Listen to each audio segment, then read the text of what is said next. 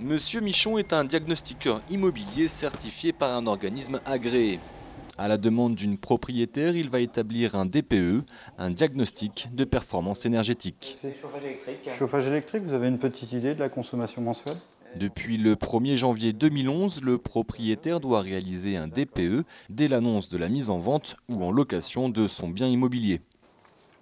Donc, d'accord, 72,58 mètres carrés. Le diagnostiqueur va relever un maximum d'informations, l'année de construction, le mode de ventilation, le type de chauffage, Ah ok, là je vois le thermostat. les distances entre les murs, leur épaisseur et surtout tout ce qui concerne l'isolation. Je vois que les ouvrants, donc eux, sont en double vitrage.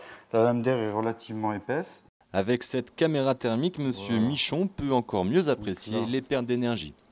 Donc là, on voit bien que la ligne d'arête est la zone où il y a le plus de déperdition énergétique. Il doit y avoir un problème entre les paliers, donc en fin de compte, entre le plafond et l'extérieur. C'est toujours là où il y a des déperditions. Si les méthodes et les outils de mesure diffèrent selon les diagnostiqueurs, le logiciel qui traite les données est le même pour tous. C'est un logiciel standard qui nous est fourni par l'État, selon la méthode 3CL, c'est-à-dire on a tous le même. On rentre exactement tous les mêmes données, donc on prend à chaque fois en considération les mêmes éléments. Le logiciel va interpréter toutes les données et attribuer une étiquette énergétique.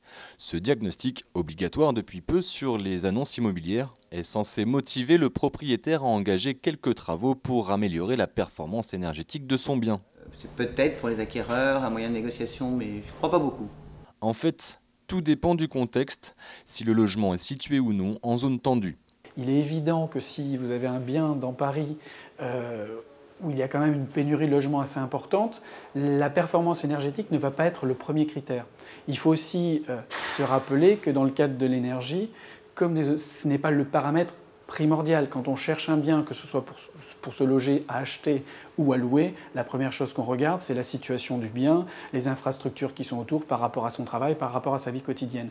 Toutefois, dans les zones moins tendues, la performance énergétique du bien semble devenir un élément important, à l'image de la pression qui peut être exercée sur les diagnostiqueurs. Si jamais on donne un résultat qui est la réalité, mais qui ne correspond pas aux attentes du propriétaire, il peut très bien nous dire je ne vous paye pas.